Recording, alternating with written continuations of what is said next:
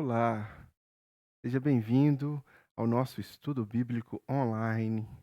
Nós nos encontramos toda quinta-feira às 8 horas, às 20 horas, 8 horas da noite, para podermos juntos aprender um pouco sobre uma porção específica da palavra de Deus.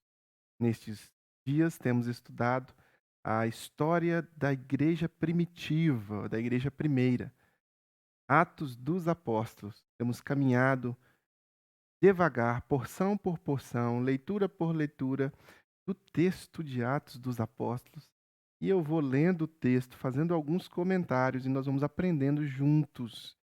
Estamos chegando agora quase no capítulo 10, estamos finalizando o capítulo 9 de Atos.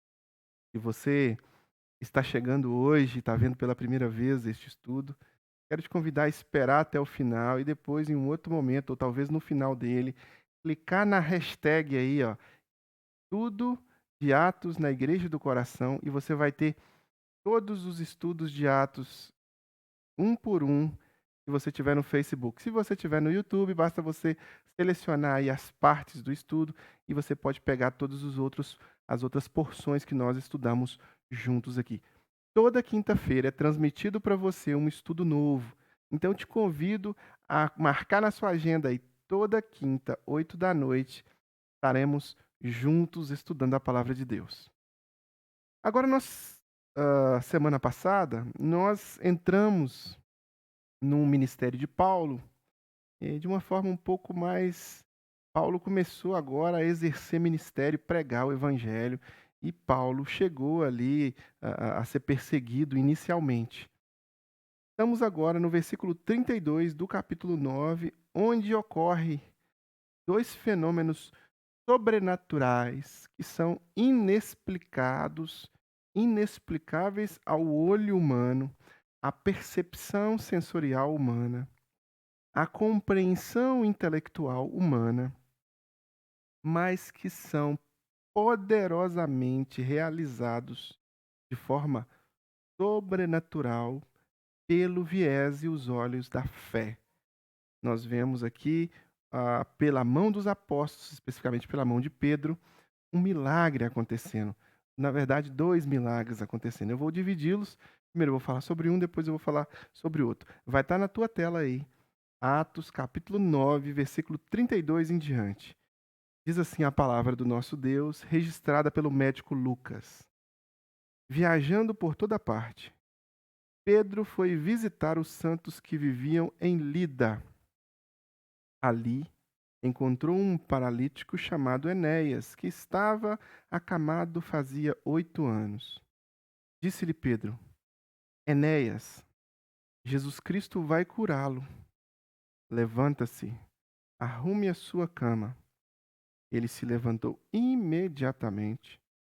Todos os que viviam em Lida e Sarona o viram e E se converteram ao Senhor.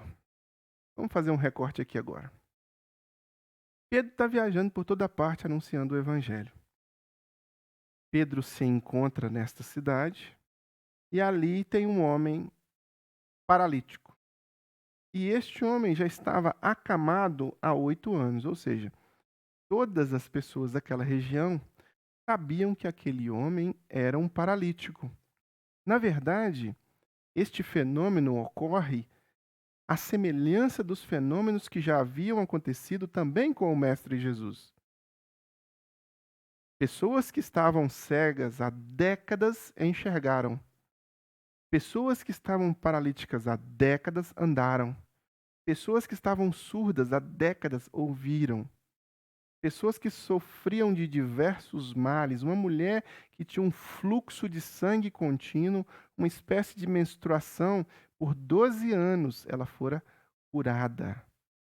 Então, a dinâmica de milagres e prodígios que aconteceram na vida do Mestre Jesus agora se reprisa na vida dos apóstolos escolhidos pelo Mestre Jesus.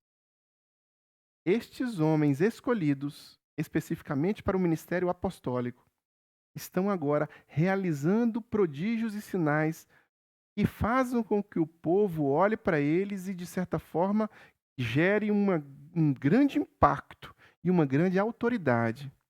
Repare bem, nós não temos internet, nós não temos televisão, nós não temos veículos de comunicação de massa, nós não temos nenhuma estrutura para chancelar a difusão e a divulgação da palavra de Deus naquela época. Nós temos o quê? O boca a boca. Nem energia elétrica existia, não existia microfone, as dinâmicas eram outras. Então aqui nós estamos numa outra dinâmica e eu quero que você entenda bem. A história bíblica, ela é uma história com eh, recortes históricos, precisam ser bem compreendidos. Antes de continuar, eu preciso te dizer isso. Houve uma época em que Deus, pela presença do Espírito, falava diretamente ao profeta ou ao patriarca. E era dessa forma que Deus se manifestava. Ele vinha até o profeta e ao patriarca, dava o seu recado ou agia conforme agiu em Sansão, conforme agia com Moisés, conforme falava com Abraão, conforme escolhia Oséias, Jeremias, Isaías e todos aqueles homens de Deus, e aí eles traziam o recado ao povo. Essa é uma época em que nós tínhamos um período patriarcal, um período profético. E Deus vai progressivamente trazendo a sua revelação e mostrando mais. Joel capítulo 2, versículo 28, traz a ideia de que no futuro o Espírito não mais falaria somente com o profeta ou o patriarca, mas que o Espírito seria derramado sobre toda a carne. Quando o Verbo se faz carne, quando Jesus habita entre nós, ele dá esse indicativo para os apóstolos. Ele fala a respeito do Paráclito, do outro Consolador, que viria e que revestiria eles de poder. E ele dá uma explanação sobre isso e vai explicando, explicando. E por mais que os apóstolos ou os discípulos ali não tivessem entendido, Jesus aponta para o futuro. Aqui nós estamos agora neste futuro, em que o Espírito Santo desce sobre toda a carne e em que nós vivemos um período, não mais o período patriarcal, mas nós vivemos aqui no período apostólico. Eu preciso que você entenda este recorte. Jesus escolhe os apóstolos e ele confere a estes apóstolos autoridade para a realização de sinais e prodígios com fins de anunciação da sua palavra. Há uma grande controvérsia no meio evangélico brasileiro, especialmente advinda das correntes teológicas neopentecostais, em relação a estes pontos. Porque alguns acabam se auto-intitulando apóstolos hoje em dia. O apóstolo João morreu e encerrou a era apostólica. Encerrou a revelação, ou seja, a confecção ali do texto sagrado, a inspiração. Agora nós não vivemos no período apostólico mais. Agora nós não vivemos no período de inspiração da Escritura mais. Agora nós vivemos no período de iluminação da Escritura, onde nós pegamos a palavra revelada, a palavra que os profetas já trouxeram, a palavra que os apóstolos já trouxeram, mediante o tempo de cada um, e nós a lemos, a recebemos no nosso coração, e o Espírito Santo trabalha em nosso coração para que nós possamos compreendê-la e aplicá-la em nossas vidas. Aqui é o período apostólico. E no período apostólico, dadas as circunstâncias de objetivos e propósitos de Deus, aqueles homens escolhidos tinham poderes especiais. Ah, pastor, mas você está falando com isso que Deus não pode curar uma pessoa hoje? Nada disso. Deus, ele faz o que ele quiser. Deus é Deus e não se limita a uma caixinha que nós colocarmos ele naquela caixinha. Mas nós temos que ser sábios para entender a revelação de forma progressiva e não podemos nos deixar levar por ventos ou fogos, pirotecnia gospel. Hoje nós não vivemos no período apostólico, não existem mais apóstolos vivos. Se eu chegar para você, me auto-intitular apóstolo, isso é nada mais, nada menos do que eu fazendo pirotecnia para ter, sei lá, uma visão melhor sua a meu respeito. Apóstolo conforme os 12, ou melhor, os 14 que foram escolhidos, 14 apóstolos na história, não existem mais. Agora, apóstolo no sentido de ser enviado, porque a palavra apóstolo significa enviado, aí tudo bem. Todos são apóstolos, porque todos são enviados. Mas somente aqueles da era apostólica é que são apóstolos que tinham em si determinados poderes milagrosos. Pedro passava, a sombra de Pedro curava pessoas.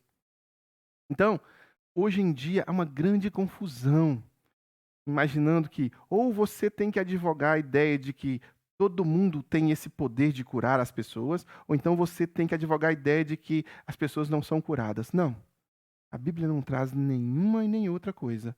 A Bíblia diz que os apóstolos tinham sua missão e eles cumpriram, mas que não mais existem apóstolos hoje.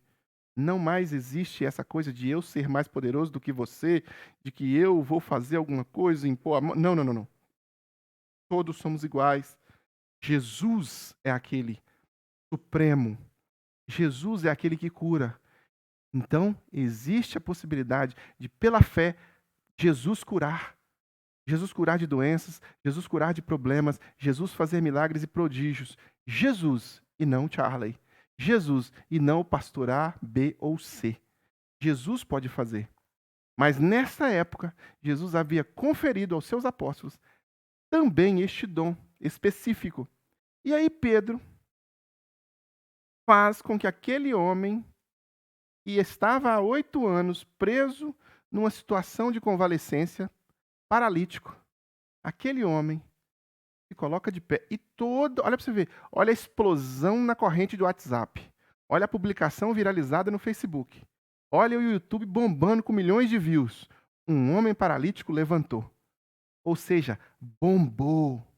Bombou a tal ponto de que o versículo 35 diz: todos os que viviam em Lida e Sarona o viram e se converteram. O objetivo principal foi concluído. Houve conversão em massa. Houve uma conversão em massa. A divulgação daquela palavra correu como se fosse realmente uma corrente de Facebook, uma corrente de WhatsApp ou um vídeo viralizado no YouTube. Aqui, o propósito principal não era só curar aquele homem ou curar ou ressuscitar esta mulher. O propósito principal é que almas fossem rendidas aos pés de Jesus. Você sabe por quê? Esta mulher que foi ressuscitada, e nós vamos ler sobre ela, ou mesmo esse homem que se levantou, depois morreram. Então, o plano de Deus para essa vida não é só conectar a bênção material, física. O plano de Deus é curar definitivamente a morte espiritual. É nos conceder um lugar onde nem olhos viram, nem ouvidos ouviram, nem jamais penetrou em coração humano. O plano de Deus é nos abençoar com a salvação eterna. Esse é o propósito principal. E esse propósito se cumpriu também aqui na vida dos apóstolos. Este propósito aqui se cumpriu na vida de toda essa comunidade, todas essas duas cidades, aqui em Lida e Sarona, todos se converteram. Se você é cristão, tenha fé que Jesus pode curar. Tenha fé que as coisas podem ser diferentes. Tenha fé que Ele pode transformar realidades e transformar maldição em bênção. Mantenha sua fé, mas jamais se apegue somente a este plano material. Jamais pense que Deus tem plano só para esta vida. Jamais pense que Deus vai se limitar em apenas uma cura física neste plano. O apóstolo Paulo fala que se nós vivemos somente para este plano, tendo expectativas em receber bênçãos, receber coisas, curas, prodígios, sinais, só nesta vida, nós somos dignos de misericórdia. Nós somos dignos de pena. Então, se você é cristão, fuja desta corrente religiosa hedonista, prega a ideia de que você existe só para ter prosperidade, que você existe só para realmente buscar ganhar alguma coisa de Deus, como se Deus fosse um grande Papai Noel que distribui presentes o tempo inteiro e a função dele é só essa. Não, Deus quer salvar a sua vida. Deus quer conceder a você salvação eterna. Deus quer levar você para um lugar onde você vai ter a eternidade e não somente uma cura física, material ou uma bênção, perdão, uma bênção transitória. Deus te dá a eternidade. E essa é a mensagem do Evangelho. É para isso que ele transforma, é para isso que ele cura, é para isso, é o impacto da salvação eterna. Essa é a realidade do Evangelho. Fuja de outra coisa. Fuja da pirotecnia que quer arrancar dinheiro das pessoas. Fura da pirotecnia que quer impactar as pessoas para manipulá-las religiosamente. Entregue-se a Jesus e converta-se à Escritura, a palavra de Deus.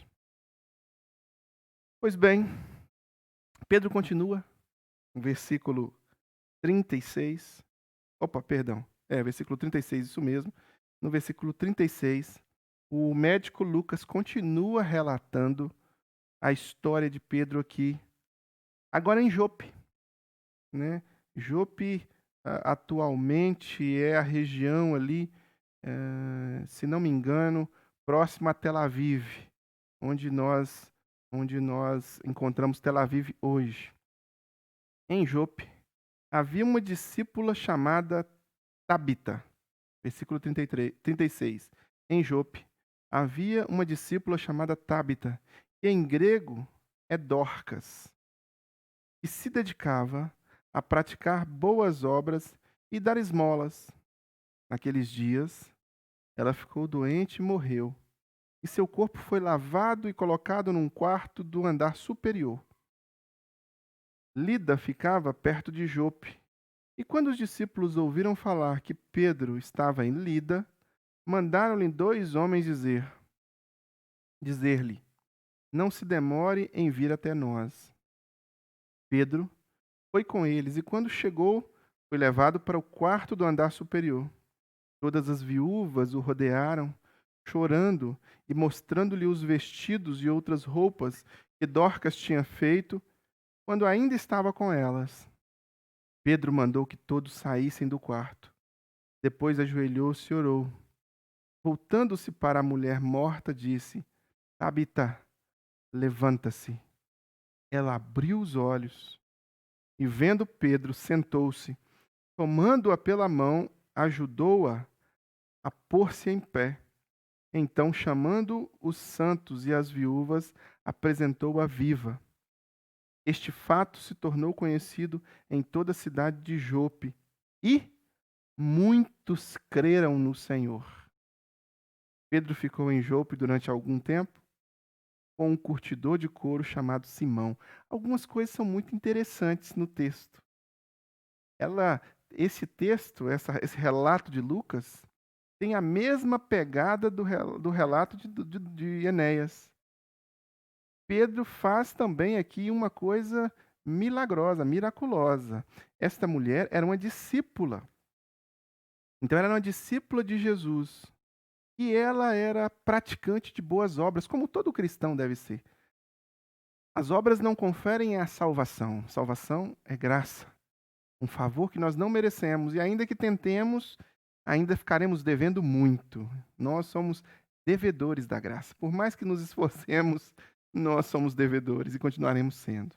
Mas a obra, ela é uma obrigação cristã.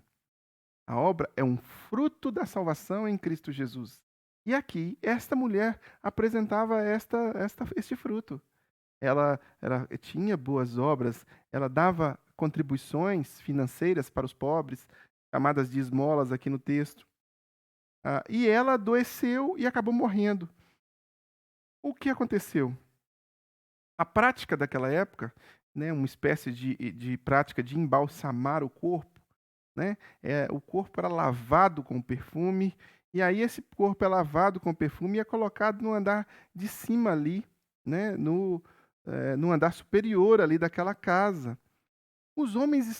aquele povo está na expectativa de que algo pudesse acontecer. Aquelas pessoas estavam com fé de que aquele homem que tinha andado com Jesus, que era também tão assim, que ele tinha nele a autoridade de Jesus para fazer milagres, estava já fazendo milagres.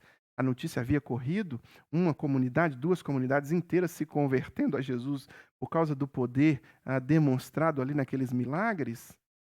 Aquele homem estava ali perto. Então eles preparam o corpo de Dorcas, colocam na parte de cima e vão lá chamar. E fala com ele, não se demore.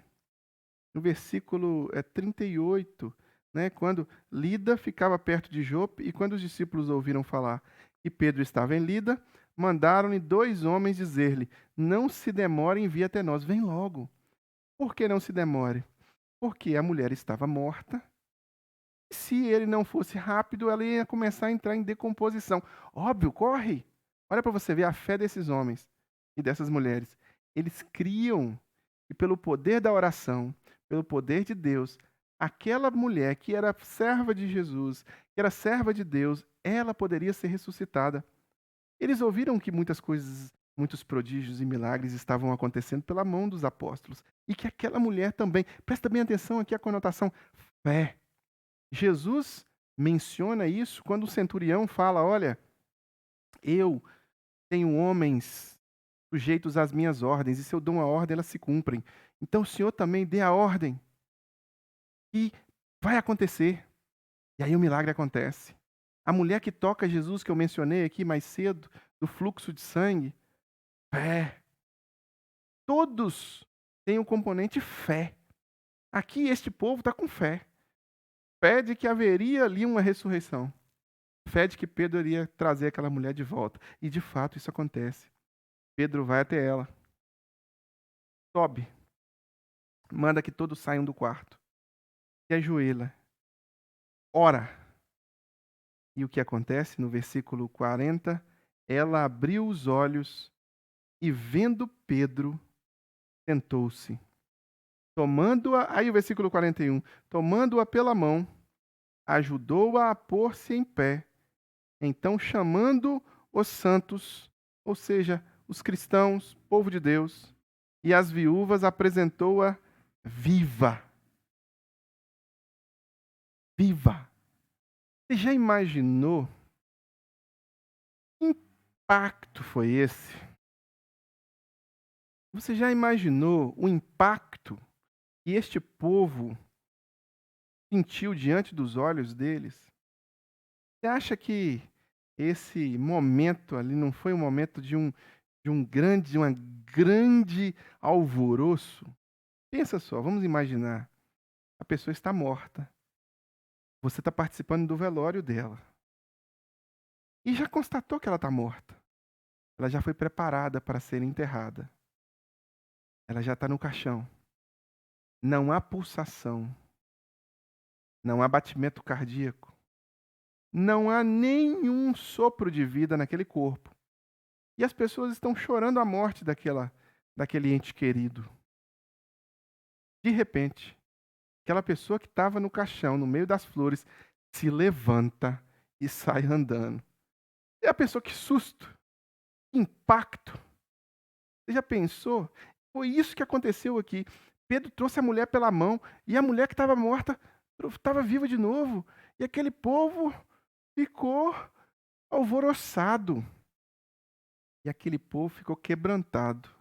E aquele povo ficou curvado diante do poder que eles estavam vendo ali. Não precisou de Facebook, não precisou de YouTube, não precisou de corrente de e-mail, não precisou de WhatsApp. Toda aquela região ficou sabendo que aquela que estava morta ressuscitou pelo poder da fé e da oração apostólica. O povo se converteu. Versículo 30, versículo 42. Versículo 42. Este fato se tornou conhecido em toda a cidade de Jope. E muitos creram no Senhor.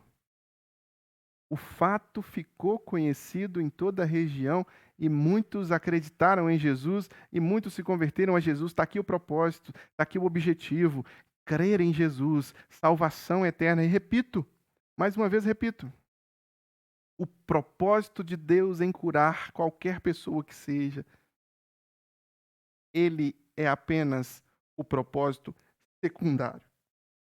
Perdão, propósito secundário.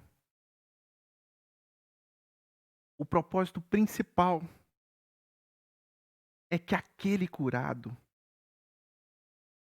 more nas regiões celestiais e que aquela cura seja um impacto poderoso para anunciar aos perdidos a salvação em Cristo Jesus. Toda a cidade de Jope toda a cidade de Jope sabe daquilo que está falando, houve um grande anúncio e as pessoas se convertem a Jesus e as pessoas são salvas em Jesus. Temos que ter ciência do que o texto e do que a palavra de Deus nos diz. Nós não podemos permitir que o nosso coração enganoso e as filosofias vãs, inclusive as religiosas, enganem e conduza-nos a andarmos desviados do propósito de Deus. Eu lamento te dizer, mas você não é o centro do coração de Deus. Você não é o objetivo da existência de Deus. Você não é aquele dos quais Deus coloca como mais importante dos importantes. Você não é. Você é pecador, falho, fraco, carente da graça de Cristo. E todos nós somos merecedores de condenação ao inferno. Essa é a verdade. Mas Deus, em seu infinito amor e graça, Ele nos ama tanto que Ele gratuitamente faz-nos um favor que nós não merecemos, enviando Jesus para morrer por causa dos nossos pecados. Essa é a verdade. E aí nós temos que entender isso e temos que reconhecer a nossa insignificância e entender que nós somos os servos e Ele é o Senhor. Nós somos os escravos e Ele é o nosso dono. Olha, meu querido, minha querida, nós não podemos viver em torno de uma teologia ou de um ensinamento religioso ou uma filosofia religiosa egoísta, egocêntrica e principalmente antropocêntrica. Ela não pode ser centrada no homem, ela tem que ser cristocêntrica, ela tem que ser centrada em Cristo. Ela não pode ser somente para saciar o nosso desejo de cura, o nosso desejo de bens materiais, o nosso desejo de alcançar um status, um dinheiro, um poder, um diploma. Não! Não! Essas coisas todas podem até acontecer. Os milagres e prodígios e cura e transformação pode até acontecer, mas se acontece é única e exclusivamente para a glória de Deus. Para a glória de Deus, para que Deus seja exaltado, para que Deus seja glorificado, para que o princípio de exaltação do nome de Jesus seja realidade. Eu e você, nós devemos nos portar como servos do Senhor, como aqueles que se entregam ao Senhor, como aqueles que reconhecem o senhorio de Jesus acima de nós, não como aqueles que, filhos mimados, querem ganhar brinquedo o tempo inteiro, que querem o tempo inteiro a cura, a bênção, que querem. Não! Não! Deus quer, na pessoa de Jesus, nos salvar, nos dar a salvação, nos conceder a principal cura, a cura da alma, a cura para a eternidade, a cura para um habitar com o Senhor. E assim Deus o faz, o propósito vai se cumprindo. E nós devemos buscar o Senhor com o nosso coração, a ponto de nos entregar a Ele e de permitir que, se Deus fizer, Ele é Deus. Se não fizer, continua sendo Deus. Se a porta abrir, Ele é Deus. Mas se a porta estiver fechada, Ele continua sendo Deus. Se a cura vier, Ele é Deus. Mas se não tiver cura, glórias ao nosso Deus. Porque todas as coisas cooperam para o bem daqueles que amam a Deus. Se vivemos apenas buscando cura, buscando bênçãos, buscando um brinquedo novo, buscando um salário, nós somos, nas palavras do apóstolo Paulo, dignos de misericórdia. Não seja assim. Busque Cristo e não o seu umbigo. Busque Jesus e não a sua vontade. Busque Jesus e não o que o homem tenta ludibriar você com as falsas e vãs teologias e filosofias. Seja um cristão centrado em Cristo, fundamentado na palavra, que abandona o antropocentrismo e vive uma vida cristocêntrica, centrada em Jesus. Aqui, depois que acontece este momento de cura e de conversão em massa, no versículo 43, Pedro fica em Jope durante algum tempo, com um curtidor de couro chamado Simão. Olha que interessante. Pedro ficou em Jope durante algum tempo com quem? Um curtidor de couro. Um homem que trabalhava com animais mortos, considerado naquela época como um impuro. E Pedro fica ali, com aquele homem simples. Pousa na casa dele e, com certeza absoluta, nós temos aqui uma série de fatos e situações que não foram retratadas com detalhes pelo médico Lucas, mas que ocorreram ali também, debaixo de obediência e humildade de coração, tanto dos apóstolos quanto dos discípulos de Jesus que ali naquela época viviam. Semana que vem, nós vamos para o capítulo 10 de Atos e nós vamos à experiência fantástica de fé de um homem chamado Cornélio, o centurião, um italiano. Ele vai nos trazer um belo exemplo de fé, um belo exemplo de compreensão também do plano de Deus para a vida dele e da família dele. Hoje ficamos por aqui e a partir da semana que vem vamos ao capítulo 10. Eu quero orar por você. Antes de orar, eu quero só te lembrar que você pode contribuir com esta obra, né? Você pode entregar os seus dízimos e as suas ofertas através de uma transferência online via a conta que está aí na sua, como opção aí na sua tela. Você pode também enviar um e-mail para o financeiro@igrejadocoração.com e pedir que seja enviado um boleto para você, por exemplo, para você contribuir via boleto bancário. Isso também pode acontecer. Ou você pode entrar no PicPay e fazer uma oferta via aquele QR Code que nós disponibilizamos aí para você na tela. Então, meu querido, essas contribuições serão usadas para pagar as despesas, porque tudo isso que nós fazemos como Igreja do Senhor gera despesa, né? É uma transmissão, é uma câmera, é um microfone, é o aluguel do templo, é a cadeira do templo, é a luz. Então, nós temos as despesas, né? A igreja tem despesas, e essas despesas, como toda instituição, são pagas com as ofertas voluntárias, né? Se você faz parte da Ordem dos Advogados do Brasil, por exemplo, você tem que contribuir com quase R$ 1.000 todo ano. Não é voluntário, não. Né? Se você faz parte do Conselho Federal, se você é um psicólogo, você tem que pagar quase 500 ou 600 reais para o Conselho Federal de Psicologia.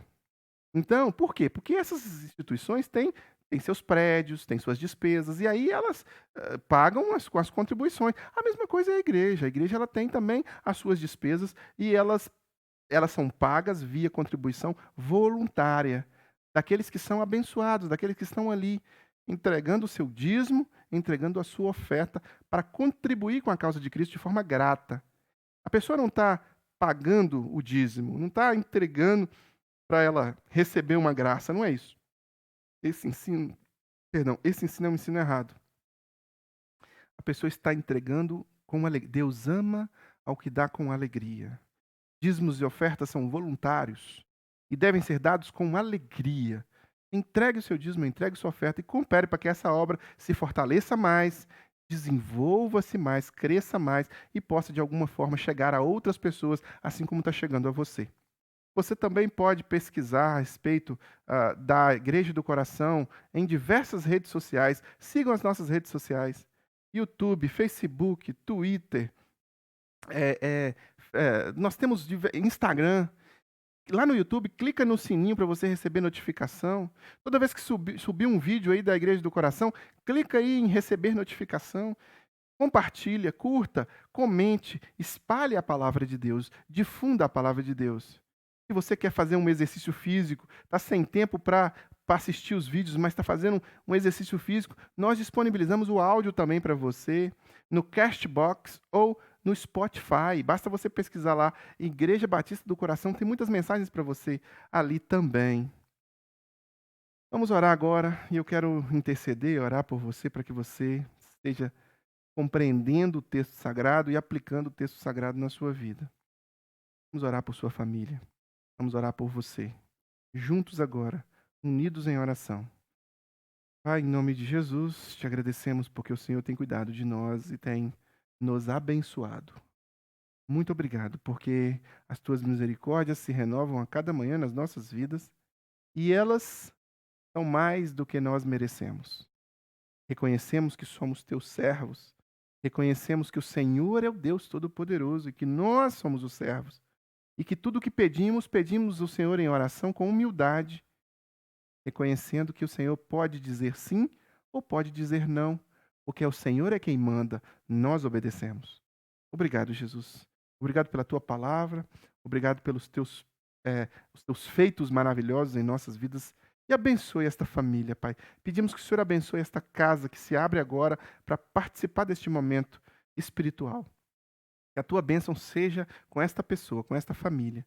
E que esta pessoa seja coberta pelo teu sangue, perdoada dos seus pecados e resgatada, ó Deus, para a tua honra e para a tua glória. Que esta família também sirva ao Senhor. Eu e minha casa serviremos ao Senhor, já dizia o servo de Deus. Que assim seja esse servo do Senhor também. E ele e a casa dele sirvam ao Senhor. Que essa seja a realidade prática de comunhão com o Senhor nesta família. O amor de Deus o Pai, comunhão e consolação do teu Santo Espírito e graça, maravilhosa graça do teu Filho Jesus, ser sobre esta família, ser sobre esta igreja, ser sobre o teu povo. Em nome de Jesus. Amém. Deus te abençoe, Deus seja com você, com sua família. Até o nosso próximo encontro.